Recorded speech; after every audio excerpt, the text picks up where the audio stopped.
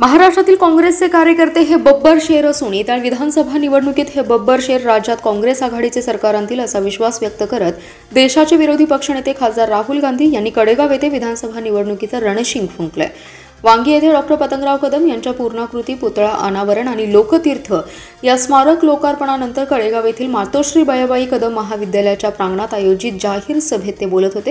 यावेळी काँग्रेसचे राष्ट्रीय अध्यक्ष मल्लिकार्जुन खरगे, आंध्र प्रदेशचे मुख्यमंत्री रेवंत रेड्डी, काँग्रेसचे राष्ट्रीय सचिव के.सी. वेणुगोपाल, मुकुल वासनिक, महाराष्ट्राचे प्रभारी रमेश चेन्नीथला, खासदार शरद पवार, काँग्रेसचे प्रदेशाध्यक्ष नाना पटोले, विधानसभेचे विरोधी पक्षनेते विजय वडेट्टीवार, राष्ट्रवादीचे प्रदेशाध्यक्ष जयंत पाटील, खासदार रजनी पाटील, माजी आमदार मोहनराव कदम, आमदार पृथ्वीराज चव्हाण, माजी केंद्रीय मंत्री सुशीलकुमार शिंदे आदी जण प्रमुख उपस्थित होते। यावेळी बोलताना राहुल गांधी यांनी केंद्र शासनाच्या कारभारावर आणि भाजपावर चांगलाच निशाणा साधलाय। भाजपाला जातीगणना का नकोय, परंतु कोणत्याही परिस्थितीत काँग्रेस गठबंधन हे भाजपाला जातीगणना करण्यास भाग पाडेलच किंवा आम्ही ते करणारच। ते म्हणालेत, शिवाजी महाराज, फुले, शाहू आंबेडकर यांनी देशाला दिशा दिली, त्यांची विचारधारा पुढे घेऊन जाण्याचं काम आम्ही करत आहोत, परंतु काही लोक संविधान संपवण्याचं काम करत असून त्या विचाराच्या विरोधात काँग्रेस पक्ष नेहमी उभा असेल। शिवाजी महाराज यांचा पुतळा पडणं ही अतिशय गंभीर आणि दुर्दैवी बाब आहे। यावर केवळ पंतप्रधानांनी माफी न मागता असे का घडले, तो RSSचा कंत्राटदार, त्यातील भ्रष्टाचार आणि महाराष्ट्राच्या पैशांची केलेली चोरी याबाबत बोलावं आणि महाराष्ट्रातील प्रत्येक नागरिकाची माफी मागावी।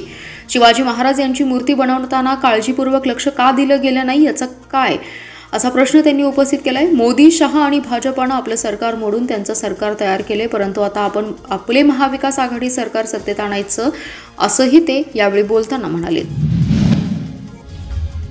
संविधान वाचवण्याचं काम तुमच्या हातात आहे, त्यांचं तोडाफोडीचं काम असतं, त्यामुळेच महाराष्ट्र, कर्नाटक, गोवा, मणिपूर फोडलं, पण आता यापुढे तसं होणार नाही। लोकसभेत अजून फक्त 20 जागा जरी आल्या असत्या तरी मोदी दिसले नसते, अशी टीका काँग्रेसचे राष्ट्रीय अध्यक्ष मल्लिकार्जुन खरगे यांनी केली आहे। वांगी येथील मेळाव्यात ते बोलत होते। यावेळी खरगे म्हणाले, देशातील सहकार मोडून काढण्यासाठी अमित शहा यांनी स्वतःकडे सहकार खाते घेतले, कारण कोणता गृहमंत्री सहकार खाते घेतो, पण यांना सहकार संपवायचंय। नोटबंदीत यात सहकारी बँकात नोटा बदलल्या गेल्याचंही ते म्हणालेत। राज्यात काँग्रेस आघाडीचं सरकार आणा, असली शिवसेना आणि राष्ट्रवादी आमच्या सोबत आहे। शिवाजी महाराज, फुले, शाहू आंबेडकर यांची विचारधारा जोपासण्याचं काम आम्ही करत असल्याचंही ते म्हणालेत।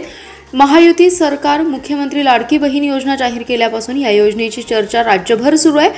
विरोधक महाविकास आघाडीचे नेते या योजनेवरून महायुती सरकारवर टीकास्त्र करत आहेत। यातच काँग्रेस खासदार आणि लोकसभेचे विरोधी पक्षनेते राहुल गांधी महाराष्ट्र दौऱ्यावर होते। यावेळी सांगली येथे झालेल्या सभेत आमचं सरकार आल्यास लाडकी बहीण योजनेचे पैसे 2000 रुपये करू, असं आश्वासन काँग्रेसचे अध्यक्ष मल्लिकार्जुन खरगे यांनी दिले। दरम्यान मल्लिकार्जुन खरगे हे सांगली दिवंगत नेते पतंगराव कदम यांच्या पुतळा अनावरण कार्यक्रमासाठी आले होते। लोकसभा निवडणुकीत नरेंद्र मोदी हे 1,70,000 मतांनी जिंकलेत, मात्र विश्वजित कदम हे एका विधानसभेत 1,40,000 मतांनी जिंकले, असं सांगत नरेंद्र मोदी यांना टोला लगावलाय। शिवाजी मंडईजवळील वाल्मिक मित्र मंडळाची गतवर्षीची गणेश मूर्ती विसर्जन करताना दोघे पाण्यात वाहून गेल्याची दुर्दैवी घटना आज घडली। आदित्य अजय राजपूत, अक्षय मनोज बनसे हे दोघे युवक सरकारी घाटाजवळ बुडालेत। गुरुवारी सायंकाळी 5च्या सुमारास हा प्रकार घडलाय। दोघे जण भोवऱ्यात अडकून बुडाल्याचं प्रत्यक्षदर्शी सांगतात। या घटनेनंतर रेस्क्यू टीम आणि महापालिका अग्निशामक दलाच्या जवानांनी दोघांचा शोध घेण्याचा प्रयत्न केला। अंधारानंतर शोध मोहीम थांबवली। शिवाजी मंडई समोरील वाल्मिक मित्र मंडळातर्फे प्रतिवर्षी गणेशोत्सव साजरा केला जातो। मंडळाची गणेश मूर्ती वर्षभर ठेवली जाते, त्यानंतर विसर्जन करून नवीन मूर्ती आणली जाते। गतवर्षीची गणेश मूर्ती विसर्जन करण्यासाठी मंडळाचे कार्यकर्ते मूर्ती घेऊन विसर्जन करण्यासाठी सरकारी घाटावर सायंकाळी 5 वाजता आले होते। तेव्हा जवळपास 4 फुटांची मूर्ती घेऊन 6 जण नदी पात्रात उतरले। धरणातून पाणी सोडल्यामुळे पाणी पातळी वाढली असून पाण्याला धार होती। मूर्ती पात्रात काही अंतरावर सोडून कार्यकर्ते बाहेर पडताना 3 जण पाण्यात बुडू लागले। तेव्हा एका मच्छीमाराने धाडसाने उडी घेऊन बुडणाऱ्या राज चव्हाण याला बाहेर काढलं। तोपर्यंत आदित्य आणि अक्षय भोवऱ्यात अडकले। दोघांना पात्राबाहेर येता आलं नाही। दोघे जण जागीच भोवऱ्यात अडकून बुडाले। काठावर असलेल्या तरुणांनी मदतीसाठी आरडाओरडा केला, परंतु क्षणार्धात दोघे पाण्यात बुडून दिसेनासे झाले। दोघे युवक बुडाल्याचं समजताच महापालिका अग्निशामक दलाच्या जवानांनी धाव घेतली। Special rescue force, Ayush helpline, Vishwaseva boat club यांनी नदीपात्रात शोध घेण्याचा प्रयत्न केला, परंतु काही वेळातच अंधार पडला। तसेच पाण्याला धार असल्यामुळे शोधकार्यात अडथळे येत होते। शहर पोलिसांच्या पथकाने घटनास्थळी येऊन माहिती घेतली। आदित्य आणि अक्षय नदीत बुडाल्याचं समजताच त्यांच्या कुटुंबियांनी धक्का बसलेला आहे। धरण पाणलोट क्षेत्रात पुन्हा पाऊस होत आहे. कोयना आणि चांदोली धरणात पाण्याची आवक वाढली आहे. धरण भरल्याने सायंकाळी कोयना धरणाचे 6 दरवाजे 4 फुटांनी उचलून 39,627 क्युसेक विसर्ग करण्यात आलाय, तर चांदोली धरणातून 1,000 ने विसर्ग वाढवून 3,940 क्युसेक विसर्ग सुरू करण्यात आलाय. त्यामुळे कृष्णा आणि वारणा नदीपात्रात पाण्याची वाढ होणार आहे. दरम्यान जिल्ह्याच्या पश्चिम भागात रिमझिम पाऊस झालाय. मागील 3 महिन्यांपासून जिल्ह्यात दमदार पाऊस होतोय. यंदा दुष्काळी तालुक्यात ही दमदार पावसाने हजेरी लावली आहे. मागील आठवड्यापासून पावसाने उसंत घेतली होती, मात्र गुरुवारी पश्चिम भागात रिमझिम पाऊस झालाय. धरण पाणलोट क्षेत्रात पुन्हा पाऊस होतोय. धरणात 24 तासात 43 मिलीमीटर पाऊस झालाय, तर गुरुवारी धरणात 105.25 TMC पाणीसाठा झाला. धरण पूर्ण क्षमतेने भरल्याने विसर्ग वाढवण्यात आलाय. सायंकाळी धरणाचे 6 दरवाजे 4 फुटांनी उघडून 39,627 क्युसेकने पाणी सोडण्यात येते. तर चांदोली धरण क्षेत्रात 42 मिलीमीटर पाऊस झालाय. तिथे पाऊस सुरू असल्याने धरणातील विसर्ग वाढवण्यात आलाय. वक्र दरवाजाद्वारे 2,540 क्युसेक व विद्युत जनित्रातून 1,400 क्युसेक असे मिळून 3,940 क्युसेक विसर्ग सुरू आहे. धरणातून सोडलेल्या पाण्यामुळे नदीच्या पाणी पातळीत वाढ होते. सांगलीतील कृष्णा नदीवरील आयर्विन पुलाची पाणी पातळी सायंकाळी 13 फूट झाली होती. त्यामुळे नदीकाठावरील नागरिकांना सतर्कतेचा इशारा देण्यात आलाय. तसेच पावसाचे प्रमाण वाढल्यास धरणातून आणखी विसर्ग वाढवण्यात येणार असल्याचे जलसंपदा विभागाच्या वतीने सांगण्यात आले. पलूस कडेगाव मतदारसंघासह सांगली जिल्ह्याचे भाग्य विधाते राज्याचे माजी मंत्री स्वर्गीय पतंगराव कदम यांच्या वांगी येथील सोनहिरा कारखान्याच्या कार्यस्थळावरील लोकतीर्थ या स्मारकाचं आणि 18 फूट उंचीच्या पूर्णाकृती पुतळ्याचं अनावरण देशाचे लोकसभेचे विरोधी पक्षनेते खासदार राहुल गांधी यांच्या हस्ते संपन्न झालंय. 5 सप्टेंबर शिक्षक दिनाचं औचित्य साधत हाडाचे शिक्षक असणारे डॉक्टर पतंगराव कदम यांच्या स्मारकाचे लोकार्पण करण्यात आलं. यावेळी खासदार राहुल गांधी रिमोटची कळ दाबून पुतळा अनावरण केले. स्मारकावर दर्शन घेऊन त्यांनी पुष्प अर्पण केलं. यावेळी स्मारकस्थळी उभारण्यात आलेल्या श्री विठ्ठल रुक्मिणी मंदिरात जाऊन राहुल गांधी यांच्यासह मान्यवरांनी दर्शन घेतले. या ठिकाणी स्वर्गीय डॉक्टर पतंगराव कदम यांच्या आठवणी सदैव तेवत राहाव्यात यासाठी त्यांनी वापरलेल्या वस्तूंचं वस्तुसंग्रहालय उभं करण्यात आले असून त्याची पाहणी राहुल गांधी यांनी केली आहे. विश्वजित कदम यांनी लोकतीर्थ स्मारकाची माहिती गांधी यांना दिली. यावेळी काँग्रेस पक्षाचे राष्ट्रीय अध्यक्ष मल्लिकार्जुन खरगे, खासदार शरद पवार, तेलंगणाचे मुख्यमंत्री रेवंत रेड्डी, सुशीलकुमार शिंदे, खासदार वेणुगोपाल, मोहनराव कदम, शिवाजीराव कदम, विजयमाला कदम, सौ स्वप्नाली कदम, डॉक्टर अस्मिता जगताप, खासदार मुकुल वासनिक, रमेश चेन्नीथला, विजय वडेट्टीवार, नाना पटोले, पृथ्वीराज चव्हाण, माणिकराव ठाकरे, नितीन राऊत, बाळासाहेब थोरात, सतेज पाटील, जयंत पाटील, शाहू महाराज, सतेज पाटील, यशोमती ठाकूर, विशाल पाटील, प्रणिती शिंदे, संजय जगताप, शिवाजीराव नाईक, सुमनताई पाटील, आमदार अरुण लाड, आमदार मानसिंगराव नाईक यांच्यासह लोकप्रतिनिधी उपस्थित होते. जत तालुक्यातील जाडरबौला ते मारोळी रस्त्याचं काम रखडलं होतं. आंदोलन केल्यानंतर आश्वासन देऊन वर्ष उलटून गेलं तरी काम सुरू होत नसल्याच्या निषेधार्थ त्या मार्गावरील रस्त्यावरच चिकलगी भुयार मठाचे मठाधिपती तुकाराम बाबा महाराज यांनी वास्तुशांती सोहळा करून सत्यनारायण पूजा आणि महाप्रसादाचं आयोजन केलं होतं. या अनोख्या आंदोलनाची दखल घेत प्रशासनाने तातडीने काम सुरू केले. आंदोलनस्थळी काम सुरू करण्यासाठी ज्या मशिनरी आल्या होत्या त्यांचं पूजन करून तुकाराम बाबा यांनी आंदोलन मागे घेतले.